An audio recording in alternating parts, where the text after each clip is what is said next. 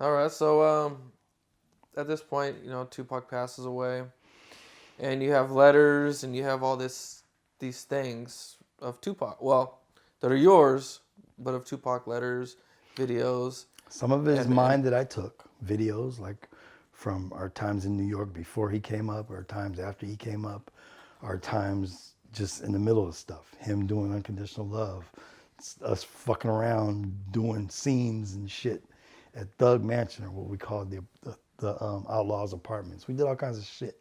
I was always shooting stuff. And also there were masters like you had the masters of the first song he ever did.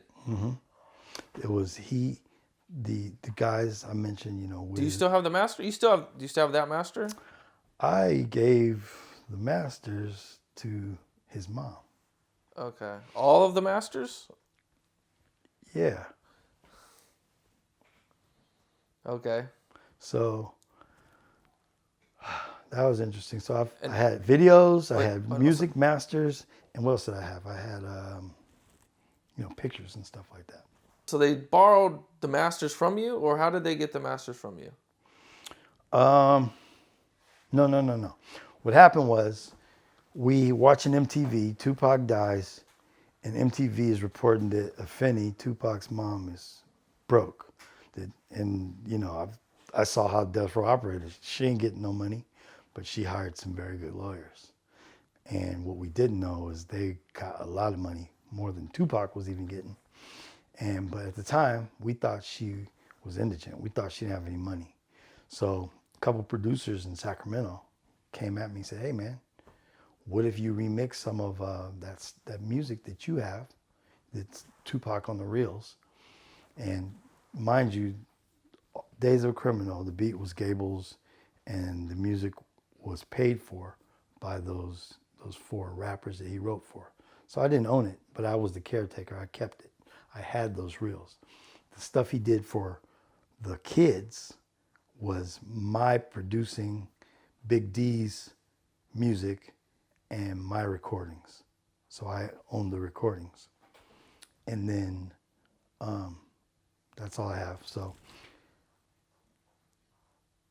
we sent a flyer. I asked Molly, the girl I hired to clean his laundry. I said, "Hey, we want to do something for his mom. What can we do? How do we do something?" Somebody mocked up a flyer of this tribute to Tupac. And we're like, "Let's put it together. I want Afeni's input. Tell us what we can do to make this right for her. We're going to do this and we're going to give her the money." I sent this flyer to an address Molly told me to send it.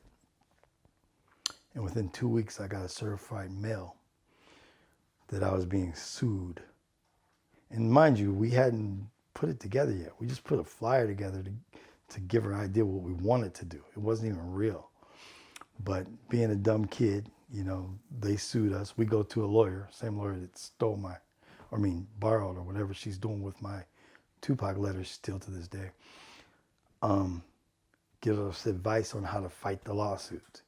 So we're fighting the family on this lawsuit, and this thing is blowing up. News start coming to the studio, like, interviewing us, and really all we want to do is help. That's it. We just wanted, what can we do to raise money to help? And they sued us, saying, "What about these masters?" They deposed us. They sent us these interviews at these lawyers' offices. And when we would go to these lawyers' office, I walk in there, and they got drawing boards of, see, this is in Sacramento. The real lawyers were in LA, but they had these lawyers deposing us in Sacramento. They got fucking Tupac stick figures saying stupid anti-rap bullshit. They're saying they were mocking Tupac, making fun of him, but these are the people who were taking our statements. So it's like they had no respect for Tupac. Now these lawyers did good because they cleaned up. And my whole thing was, I thought I was on a righteous path. I thought I was doing right, and I was gonna stand up for what I wanted to do no matter what. And it just went too far. What I didn't know, and my ignorance, naivete, fucking made me not figure it out till somebody just recently interviewed me and told me that's their track record. They stole a lot of people's shit. So they got me into court. I had no money to fight them. The masters came up and they were threatening to sue. And at the time, a lot of my father, who's dead now, a lot of his property was in my name. I'm broke as hell, but I own millions of dollars worth of property. My father owns 7 pieces of property in San Francisco in my name. So they're threatening to take all, not take it, but that's all in the lawsuit. So I just want it to be over. And they're bullying me. And this was never my fucking intentions. So they're putting us through this, all these ringers. What I experience tells me now that that same lawyer who's got my Madonna letters helped ease it through. Like sometimes you have a lawyer that's working on your side, and sometimes you have a lawyer that's working on somebody else's side. And you never know which it is. But now I kind of know. Anyway, we agreed. Afeni? Whatever the fuck she wants. She wants these records? She can have them. She wants this? Never been a greedy man. I've had lots of money. I've been rich and I've been poor. But I've never been greedy. I said, she can have this. I just want to sit down and talk to her. They say, yeah. What I don't know is the people behind her, certain people that perhaps washed laundry, filled her head up with other shit. That's what I thought at the time. But what I find out is that's what the lawyers know how to do this shit. They had her come yell at me for some shit I didn't do. That set me up to just want to have a conversation with her to straighten it out. Make sure my integrity is told. So I agreed for a sit down with her. 20 years later, the sit down never happened and she dies. And somebody says that's how they used to do it. You know, and like I said, it's 2Pac's shit.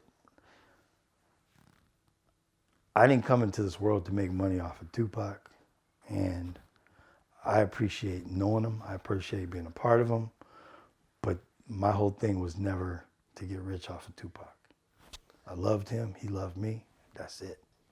And all these other people, everybody else attached to 2Pac, they all wanted something. You've heard my story through other people who never even knew 2Pac. And that's how it goes. Everybody wants a dime. Everybody, and I never got to sit down with her.